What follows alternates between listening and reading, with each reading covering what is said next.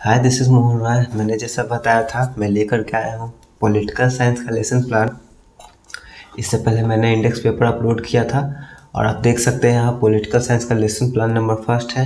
यहाँ पे जैसे मैंने अपने बायो के लेसन प्लान में बताया था कि कैसे आपको लेसन प्लान तैयार करना है, उसी तरह से ये लेसन प्लान फर्स्ट इसका भी थोड़ा सा लंबा जाएगा और आप थोड़ा पेशेंस रखिएगा। मैं बता देता हूँ इसको कैसे कैसे करना है। जैसे उसमें मैंने बताया था अपने पीछे लेसन प्लान फर्स्ट में बायो का कि आपको कैसे भरना है। इसको मैं फिर से इसमें एक बार बता देता हूँ। सबसे पहले आप इधर देख रहे हैं लेफ्ट साइड में ऊपर लिखा हुआ है सब्जेक्ट, तो आपको इसमें डालना है सामाजिक विज्ञान, जो कि सोशल साइंस का पार्ट है।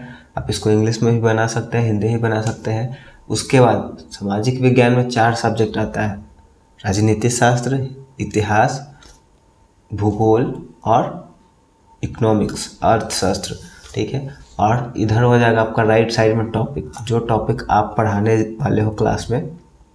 यहाँ आपका नाम हो जाएगा, रोल नंबर हो जाएगा और स्कूल हो जाएगा जिसमें आपको पढ़ाने के लिए, इंटर्नशिप करने के लिए भेजा गया है। उसके बाद जिस क्लास को आप पढ़ाने जा रहे हो, किस पीरियड में आपने क्लास लिया, आपने क्लास में कितना टाइम दिया और डेट आपको डालना है। और जैसा कि मैंने अपने पिछले सभी वीडियो में बताया है, लगभग वीडियो में बताया है, आपको ये लेसन प्लान क्लास स्टार्ट करने से पहले बनाना है खुद से, ताकि आप क्लास में ईजिली पढ़ा सको, बच्चों को कोई कन्फ्यूजन ना हो। ओके, तो चलते हैं नीचे, टीचिंग पॉइंट से शुरू करते हैं। देखते हैं क्या है मौलिक अधिकार का जो टीचिंग पॉइंट है। उसमें सबसे पहले पॉइंट है मौलिक अधिकार, उसके बाद है मौलिक कर्तव्य, मौलिक अधिकारों का उपयोग, तीसरा पॉइंट, और ऑब्जेक्टिव ऑफ टीचिंग। इसका मतलब होता है उद्देश्य क्या है आपका पढ़ाने का। तो उद्देश्य क्या होगा, मौलिक अधिकार के बारे में आप बच्चों को पढ़ाओगे तो उसके बारे में वो अवेयर होंगे, उसके बारे में वो जान पाएंगे। तो उद्देश्य में हम लोग यही लिखेंगे, छात्र मौलिक अधिकार के बारे में जानकारी प्राप्त करेंगे। उसके बाद दूसरा में छात्र मौलिक कर्तव्यों के बारे में जानकारी प्राप्त करेंगे और तीसरा छात्र मौलिक अधिकारों के प्रयोग को जानेंगे। ठीक है, नीचे चलते हैं, नीचे देखते हैं क्या है टीचिंग मेथड, मतलब आप किस तरह से बच्चों को पढ़ाए अपने क्लास में। तो प्रश्नोत्तर विधि एक हो गया, दूसरा व्याख्यान विधि हो गया और तीसरा प्रदर्शनी विधि, मतलब आप चार्ट से, डायग्राम से या किसी चीज़ से बच्चों को दिखा करके उनको समझाने की कोशिश कर रहे हैं। उसके बाद टीचिंग एड्स, टीचिंग एड्स में क्या आएगा, चौक, डस्टर, सैमपट इत्यादि। एड्स, टीचिंग एड्स का मतलब है आप पढ़ाने के समय बच्चों को क्या क्या यूज किए पढ़ाने के लिए, वही आपका टीचिंग एड्स में आ जाएगा। इसका देखते हैं प्रीवियस नॉलेज। जैसा कि सभी जानते हैं कैसे यहाँ पे लिखना होता है, मान करके ही चलना होता है कि बच्चों के पास उस टॉपिक के बारे में प्रीवियस नॉलेज है जो हम पढ़ाने जा रहे हैं। तो यहाँ पे वही लिख देना है, छात्र मौलिक अधिकार एवं कर्तव्यों के बारे में सामान्य जानकारी रखते हैं। और सबसे इम्पोर्टेंट टॉपिक या पॉइंट कह ले जो कि होता है लेसन प्लान का, ये इंट्रोडक्शन पोर्शन मैंने बताया है पिछले वीडियो में, अभी भी बता देता हूँ। क्या होता है यहाँ पर, आपको टॉपिक्स के आसपास का जुड़ा हुआ, ठीक है, उससे जुड़ा हुआ क्वेश्चन डायरेक्टली नहीं, इनडायरेक्टली पूछ करके बच्चों को लाना है वैसे प्रश्न के ऊपर जहाँ पे वो टॉपिक के बारे में उनको थोड़ा सा परेशानी हो बताने में। और इसके बाद स्टेटमेंट ऑफ द एम देकर के टॉपिक को शुरू कर देंगे। तो देखिए यहाँ पे क्या होता है, गणतंत्र दिवस कब मनाया जाता है, ये टॉपिक से जुड़ा हुआ ही है, राजनीति शास्त्र का ही टॉपिक है। बच्चे बताएंगे 26 जनवरी, ठीक है। उसके बाद होगा 26 जनवरी 1950 को क्या लागू हुआ, भारत का संविधान के बारे में सभी कोई जानते हैं। 26 जनवरी 1950 को लागू हुआ, जिसको हम लोग गणतंत्र दिवस के रूप में मनाते हैं।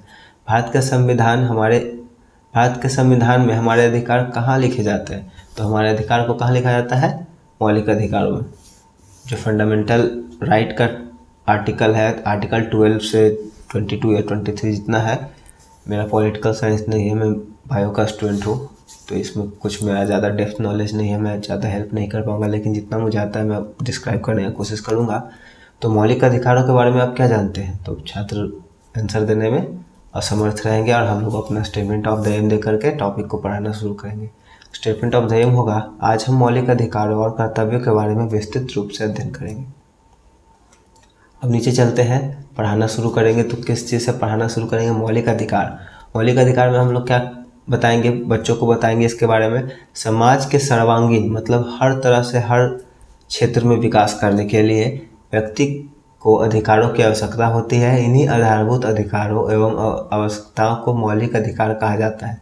मौलिक अधिकार का उल्लेख भारतीय संविधान में अनुच्छेद 12 से 32 तक, सॉरी मैंने 22 कहा था, 32 में किया गया है, जिसकी सुरक्षा न्यायपालिका करती है। न्यायपालिका मतलब हमारा कोर्ट जो हो गया, high court, supreme court, lower court, ये सब न्यायपालिका करती है।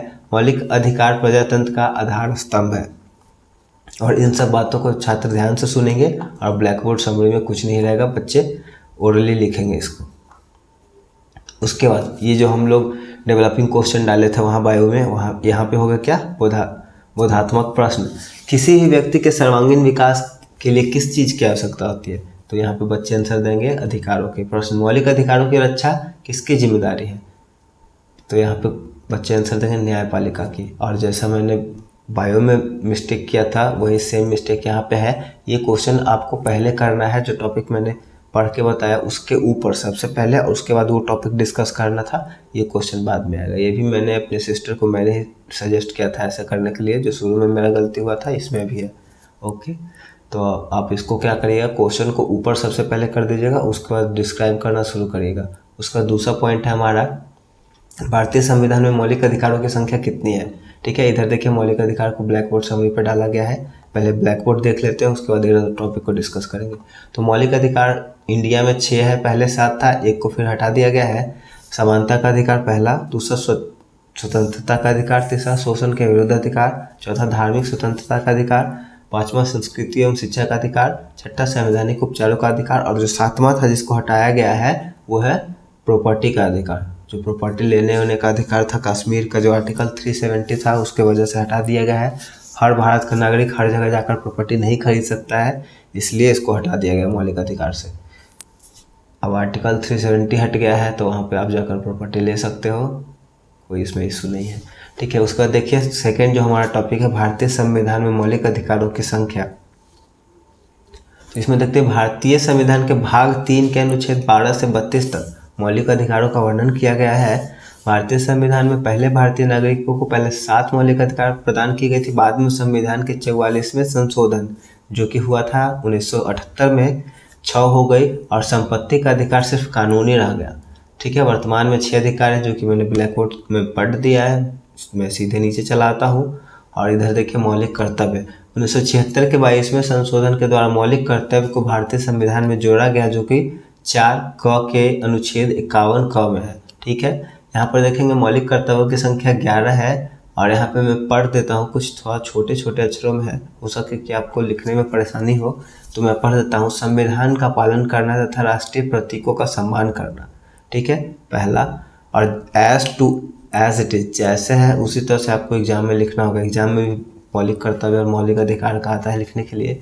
दूसरा, देश के उच्च आदर्शों का सम्मान करना, देश की एकता एवं अखंडता को बनाए रखना। चौथा हो गया देश की रक्षा करना। पांचवा, देश के सभी लोगों को समान रूप से देखना। छठा, हमारी सामाजिक परंपरा को बनाए रखना। सातवां, प्राकृतिक पर्यावरण की रक्षा करना। आठवां, वैज्ञानिक दृष्टिकोण और ज्ञान अर्जन की भावना का विकास करना। नौवां, सार्वजनिक संपत्ति की सुरक्षा करना। 10वां, व्यक्तिगत एवं सामूहिक गतिविधियों में उत्कर्ष करने का प्रयास करना। और 11वां, माता पिता या संरक्षक के द्वारा 6 से 14 वर्ष के बच्चों को प्राथमिक शिक्षा प्रदान करना। 10th तक माता पिता का यह कर्तव्य है कि वो अपने बच्चों को पढ़ाएं। ठीक है, उसका देखते हैं रिकैपिटुलेशन। मैंने बताया था ये क्या होता है। जो क्लास में मैंने या आपने या जो भी पढ़ाने जा रहे हैं बीएड टीचर, वो क्या करेंगे, जो टॉपिक पढ़ा है बच्चे समझ पाए या नहीं पाए इसका हम लोग टेस्ट करेंगे क्लास में लास्ट में क्वेश्चन पूछ करके, जो टॉपिक हमने पढ़ाया है। ठीक है, तो मैं इसको ही पढ़ देता हूँ। भारत के संविधान के द्वारा भारतीय नागरिकों को कितने मौलिक अधिकार प्रदान किए गए हैं? आपने पढ़ा है, पूछ लिया, बच्चे बताएंगे नहीं बताएंगे, लेकिन बता ही देंगे, अच्छे से समझ में आ जाएगा तो 6 तो बता ही देंगे। मौलिक कर्तव्यों की संख्या कितनी ही बता देंगे, 11। मौलिक अधिकारों और कर्तव्यों का पालन करें। उसका तो होम असाइनमेंट दे देंगे बच्चों को, होमवर्क, और क्लास फिनिश करेंगे। ओके, मेरा वीडियो पसंद आया हो तो लाइक करें, चैनल को सब्सक्राइब करें और दोस्तों के बीच में शेयर करें। Thank you.